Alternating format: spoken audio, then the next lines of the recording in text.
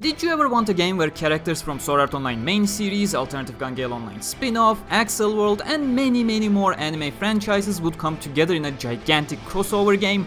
Well, this one will be a treat for you then. Hey everyone, welcome to my channel, it's me Gamerturk, and today we will have a look at Dengeki Bunko Crossing Void.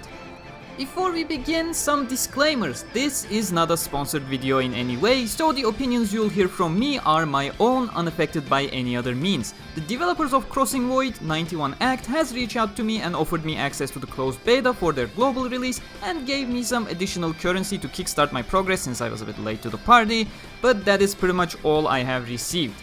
Regardless, I would at the very least thank 91 Act for giving me an opportunity to join the closed beta, and also thank Misaka from 91 Act who helped me extensively to actually install the beta because it was only available in the US for the time being and I live in Austria, so we had to get that figured out.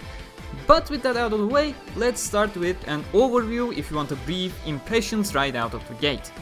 Dengeki Bunko Crossing Void is a huge anime crossover game featuring over 24 anime series belonging to Dengeki Bunko, such as Sword Art Online main series, SAO Alternative Gun Gale Online, Accel World, as well as a whole lot of other series like, oh god, that's a long list, let me pick some that I recognize by name: Toradora, The Irregular at Magic High School, Spice and Wolf, Valkyria Chronicles, Kino's Journey, and many more.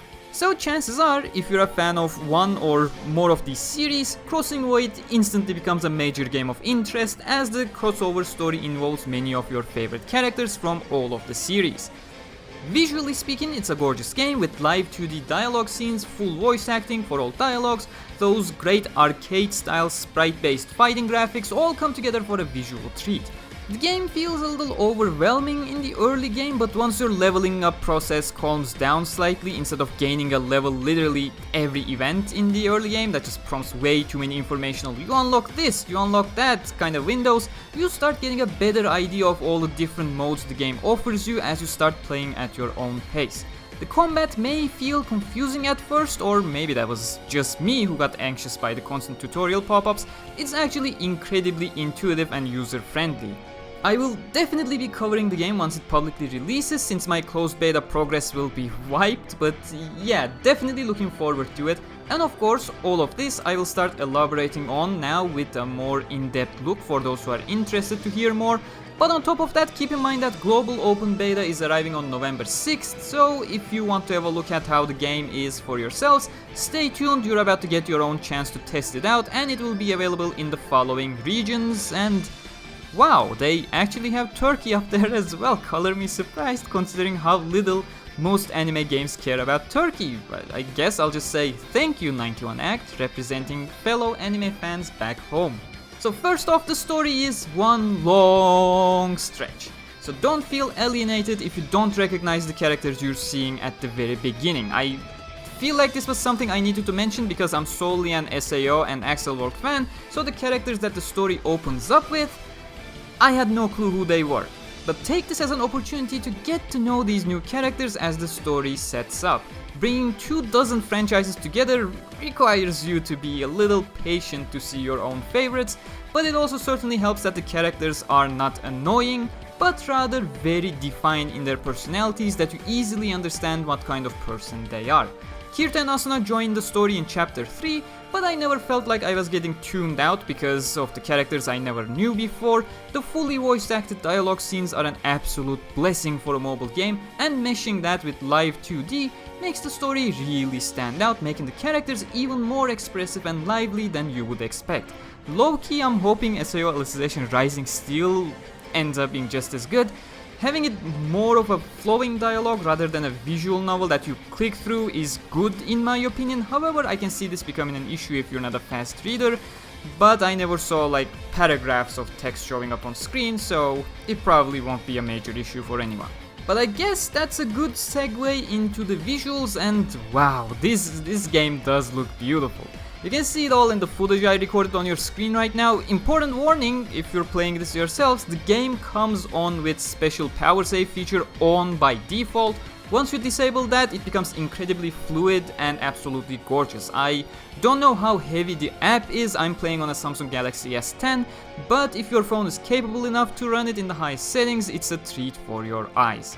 As mentioned, live 2D makes the dialogue scenes more than just a simple visual novel that you click through, as all characters have very varied and expressive animations with proper lip syncing. That's an important point. I have to make an additional point though, as an SAO fan here. The dialogue sprites of SAO characters are modeled after Abex light novel designs rather than the anime designs that feature the simplified A1 looks, which is... I'm running out of ways to say gorgeous at this point, but they really look so fresh compared to the typical anime template designs. The gameplay visuals are based on the iconic arcade fighter look with great sprite work once again, so much so that when I put the game on autoplay I go take care of other stuff in normal cases. With Crossing Void, more often than not I just keep watching the gameplay itself. Sure, I'll eventually revert back to doing other stuff, but for the moment the visuals really have impressed me. Especially the climax skills, your character's ultimate skill as it's called in the game. I just love every single time Asuna uses Mother's Rosario, and I can't wait to unlock more characters to see how their climax skills look. But I guess that brings me to the fact that it's a gacha game. So you use premium currency or the gacha tickets that the game provides you quite often on a daily basis to pull from available banners. Though the good thing is, they actually do have bad luck protection, quite a lot of it actually. Your chances of an S rank drop increases with every non-S rank pull, and A rank is guaranteed every couple pulls, and the limited banners do offer the featured character with a guarantee, although it's quite a lot of pulls to achieve that. I know the gacha aspect is a major issue with a lot of people, but I feel like Crossing Void offers a fair and user-friendly gacha system in comparison to some other very popular games. I'm looking at you, Integral Factor and Fate Grand Order. But last but not least, let's talk about the actual gameplay. It's quite a lot to think about at the very beginning, or as I said earlier, it just came to me that way because of the constant tutorial pop-ups. You don't get to pick a target character, so there are front attacks, back attacks, area attacks that you need to use accordingly, buffs, effects, cleanses, heals, all hidden in very small button prompts that you need to tap and hold to see the details of. As I said, it felt a little too much at the beginning, especially to min-max and strategize your attacks, but then I realized I was merely overthinking it.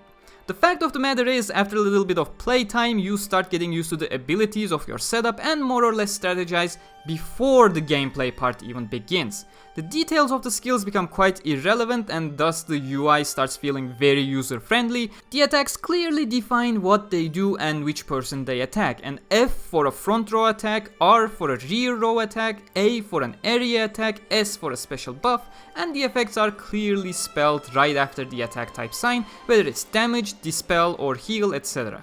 So the game really helps you with the combat being as simple and intuitive as possible, and as I said, the strategizing becomes a matter of pre-combat.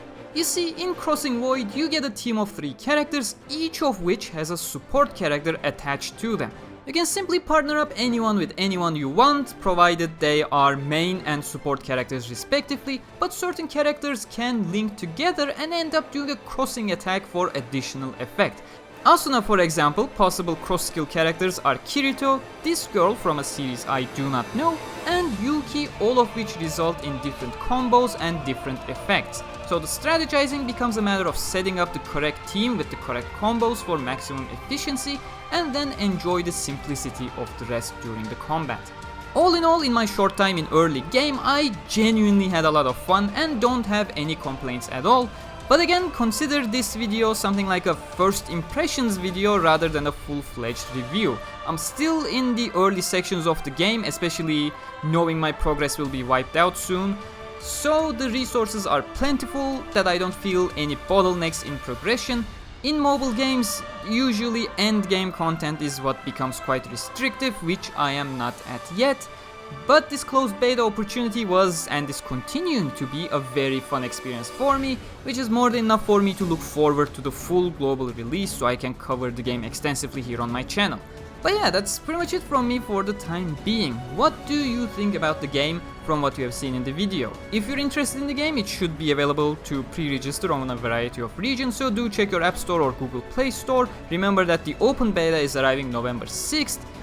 To be frank, I feel like I'm gonna have my plate full with Integral Factor continuing, Crossing Void and Illustration Rising still coming in the near future, along with stuff I play personally without uploading anything to YouTube, like Fate Grand Order and Marvel Strike Force. Things are not looking so well for my university schedule. But that is all my problem. All your concerns should be making sure you have subscribed to my channel and hit the bell icon so you can receive all the content I create here to ensure you get the best information here on YouTube regarding Sword Art Online. As always, thank you very much for watching, and a special thanks to all my patrons and channel members. I'll see you next time. Until then, stay cool.